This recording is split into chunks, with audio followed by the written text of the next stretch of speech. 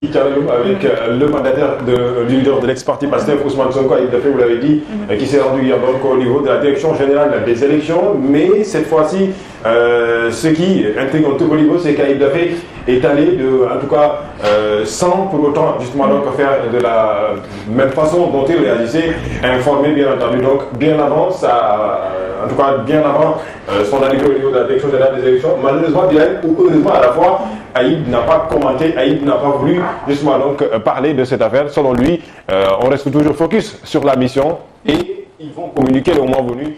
Pourquoi? Quelle est la nouvelle stratégie de cette coalition ou bien de ce mouvement de politique, surtout à la tête Aïb Daffé, le mandataire du leader de l'ex-parti Pastef, Ousmane Sonko? Moi, je ne pourrais pas répondre directement à cette question. Quelle est sa stratégie ou quel est le ton qui sera donné par rapport à ces démarches qu'il effectue régulièrement, presque quotidiennement au niveau de la direction générale des élections. Ils ont changé peut-être de stratégie ou ils sont en train de dérouler leur stratégie sur le plan de la communication déjà, puisque chaque fois qu'Aïb Daffé se rendait à la direction générale des élections, c'était presque des communiqués qu'on recevait pour nous dire qui se rendra.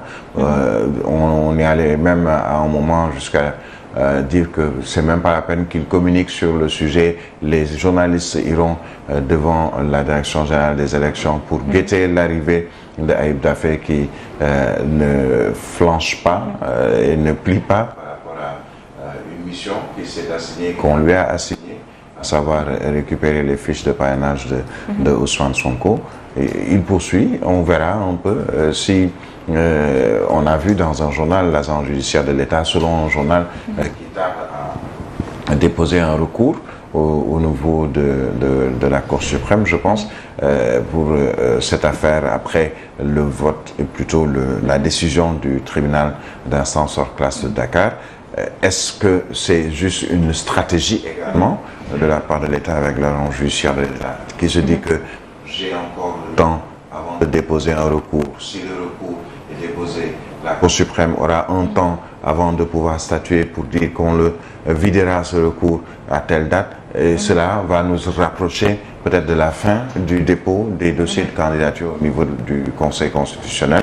Mais c'est sans compter avec une autre stratégie, celle-là des avocats de Ousmane Sonko et de ses proches et partenaires qui vont également poursuivre leur combat au plan politico-judiciaire pour que ce dernier puisse participer à la présidentielle de 2019. C'est un peu un malin et demi, à qui mieux selon les différentes stratégies qui sont mises en place. Est-ce qu'on peut parler d'état de droit actuellement, Birahim, après ce refus, bien sûr?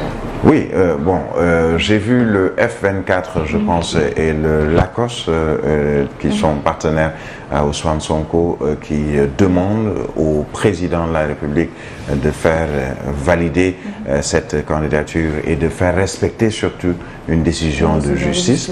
Mais dans le jargon judiciaire, certains vous diront que d'accord, il y a une décision de justice, il faut notifier cette décision, il faut un parcours par rapport à cette décision, par rapport à l'application, c'est à l'administration d'appliquer. Et qui est aujourd'hui le chef de l'administration de manière générale? C'est le président de la République qui peut effectivement demander que l'on ne mette point de veto sur cette décision de justice qui a été rendue et même publiée pratiquement le lendemain.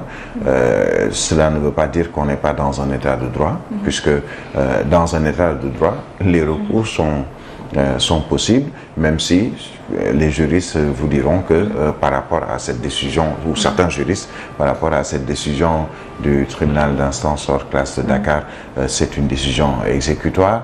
J'ai vu Mme Adama Gueye hier dans plusieurs quotidiens faire une contribution dans ce sens. Les avocats de Ousmane Sonko sont persuadés qu'effectivement cette décision est exécutoire et même n'a pas de droit, il n'y a pas de voie de recours puisqu'il faut l'exécuter. Mais c'est une bataille politico-judiciaire ou plus judiciaire entre avocats d'un côté et de l'autre l'agent judiciaire de l'État et les avocats de l'État. On verra un peu l'issue de ce face-à-face ou de cette confrontation. Et à Turbine Lamine Senghor qui a fait focus ce matin sur la situation difficile des Sénégalais avec bien sûr la vie chère. Oui, le journal Tribune, je pense que je ne l'ai pas avec moi, mais oui, vous l'avez dit, sur la situation, la vie chère au Sénégal, parler en tout cas des 3 repas qui sont difficiles pour les Sénégalais. Si je ne me trompe pas, Birahim, c'est ce qu'a fait le journal ce matin, puisque je ne l'ai pas avec moi là, mais je pense l'avoir vu ce matin.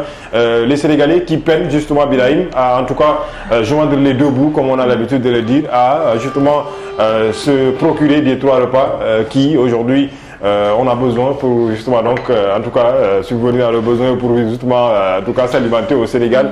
Une situation plus que compliquée. Quelles sont les raisons? Pourquoi? Que faire justement pour justement Birahim essayer d'apporter des solutions à cela?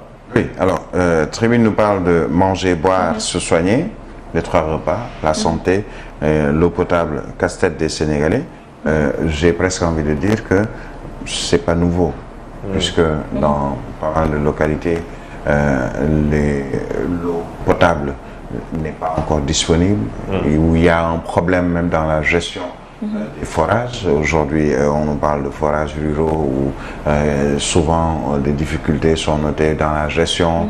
L'eau potable n'est pas accessible à tous, même si dans l'objectif du pouvoir actuel, du régime actuel comme des anciens régimes, c'est l'accès à l'eau potable, un accès universel à cette eau. Il y a encore des efforts à faire, même si ils sont suffisamment conséquents selon certaines zones où on ne disposait même pas de cette eau et que aujourd'hui l'eau coule des robinets. Mais il y a toujours des efforts à faire puisque l'eau est une denrée qui est nécessaire, vitale et pour tout le monde, pas seulement au Sénégal mais également dans d'autres pays. Mais pour ce qui concerne les 3 repas, moi j'ai presque envie de dire que certains Sénégalais n'ont même plus la tête à ces 3 repas, ont d'autres priorités des fois, au moins savoir un repas ou 2 repas assez conséquents dans la journée et s'atteler justement à soigner leur progéniture pour les pères de famille ou mères de famille, ou à se soigner, puisqu'on le sait, la santé également est très chère au Sénégal, malgré les efforts qui sont faits, malgré les subventions, entre autres. Il y a toujours des difficultés que les Sénégalais ressentent quand il s'agit d'aller se faire soigner. Allez aujourd'hui dans les structures de santé, on vous dira, écoutez, pour une ordonnance, pour une maladie que je pensais bénigne, on me demande une ordonnance de plusieurs milliers de francs CFA, alors que justement, j'ai même pas laissé la dépense quotidienne chez moi. Certains sont en train, pratiquement, règlent leurs dépenses quotidiennes au jour le jour. Se réveillent tôt le matin, vont dans les marchés, par exemple le marché central au poisson de Pikine, où certaines dames ils vont très tôt le matin pour marchander quelques pièces de poisson qu'elles pourront revendre dans les quartiers. Certains vont tout simplement peut-être prendre à crédit dans ces différents quartiers parce que n'ayant pas encore pu régler financièrement une journée de travail. On a vu des jeunes et même des moins jeunes aujourd'hui de plus en plus s'adonner à une forme de travail en ayant des motos Jakarta. C'est au jour le jour qu'ils règlent leurs dépenses quotidiennes. On dirait que sur le plan mondial, il y a une certaine crise ou des difficultés au plan économique, financier.